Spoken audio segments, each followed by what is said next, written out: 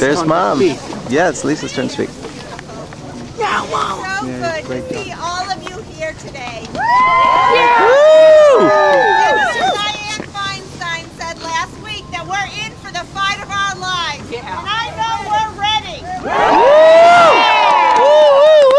Great. My Hey, name is John. Elise Levine Kanji. I'm a Westboro mom of two wonderful boys, aged 12 and 14, who are here today with my husband, my wonderful husband. I've never spoken at a rally before, What's your name? but I'm here today to tell you that gun violence can happen to anyone.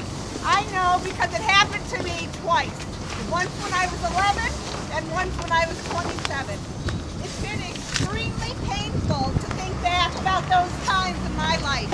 But I wanted to come here today to do my part in ensuring that violence and loss don't continue happening to us and to our children. My grandfather, Hans Wachtel, escaped from Nazi Germany to come to the United States in 1936. He became an obstetrician in Chicago. He enlisted in the American Army and received a bronze medal for his bravery. When he returned from the war, my grandfather was one of the first white doctors to treat African American patients in the Chicago area. In 1977, my grandfather suspected that one of the doctors in his hospital was performing unnecessary surgeries on low-income women in order to get more money from Medicaid.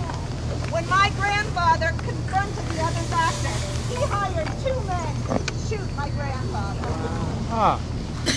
For $2,000, two men killed my wonderful grandfather, a heroic, generous man who truly loved his family, his patients, and life.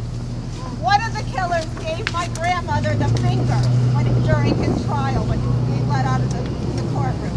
The killer sits in the prison to this day, and every couple of years the Illinois Prisoner Review Board holds a parole hearing that we have to go to and have to relive the facts of that murder. As a child, I remember thinking that if only the two men just had knives, my grandfather, who was so big and strong, could have had a chance. Would anybody have actually taken $2,000 to kill my grandfather with a knife? I don't think so. In any event, I know he had absolutely no chance when he rolled down the car window to answer the stranger's question and was shot with several bullets through his temple. Time passed after my grandfather was shot. I became a bat mitzvah. Without him, I went to college and I became a lawyer. My grandmother lived for 28 years after her husband's death, volunteering at Children's Memorial Hospital and maintaining an active life despite the gaping hole. On July 1st, 1993, my life and the lives of so many others was turned upside down again. A man with a semi-automatic Tech-9 walked into a San Francisco office building, took the elevator to the 34th floor, and started shooting. 8 people were killed and 6 were injured before police closed in and the gunman shot himself. I was a new lawyer at the time, and my boss and mentor, Jack Berman, was one of the people killed at 101 California Street. Jack was 35 years old, had a 1-year-old son, and was deeply devoted to promoting social justice. Jack chaired our law firm's pro bono committee, was the volunteer president of the San Francisco chapter of the American Jewish Congress, and worked to provide housing for the homeless, among other things. Jack was a person with a big heart and an infectious laugh, just like my grandfather. Fortunately for me, I was not in the office that day because Jack had given me the day off to be with my family who was in visiting from out of state. I'll never forget the way my secretary shrieked and wailed on the phone when she called me to see if I had heard the news. Our strong-spirited and accomplished 30-year-old client, Jody Sposato, died that day, also leaving behind a 1-year-old child, who's now a junior in college, all those years without her mother. Later, I met Michelle Scully, who was seriously injured, but survived because her 28-year-old husband, John, threw himself in front of her to shield her from the gunfire. John Scully died. Michelle and John had only been married 9 months.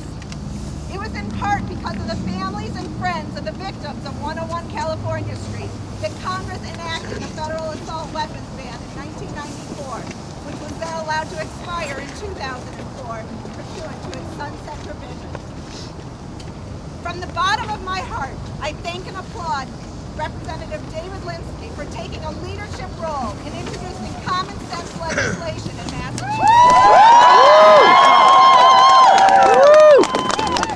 You did a great job speaking. Dawn Bridget, Molly Malloy, and Monique Hamzy for all the time, energy, and emotion they have put into organizing this rally and this great grassroots effort. Mostly, I thank all of you for taking time out of your busy lives to come here today in the cold to make your voices heard. I truly believe we are on the cusp of making history, of making our country a safer, better place to live.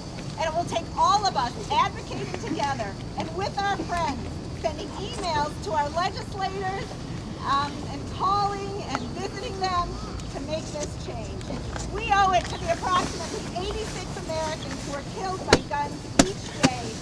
They're not just statistics, they're people, special people, like my grandfather, Hans Wachtel, and my mentor, Jack Berman. Thank you.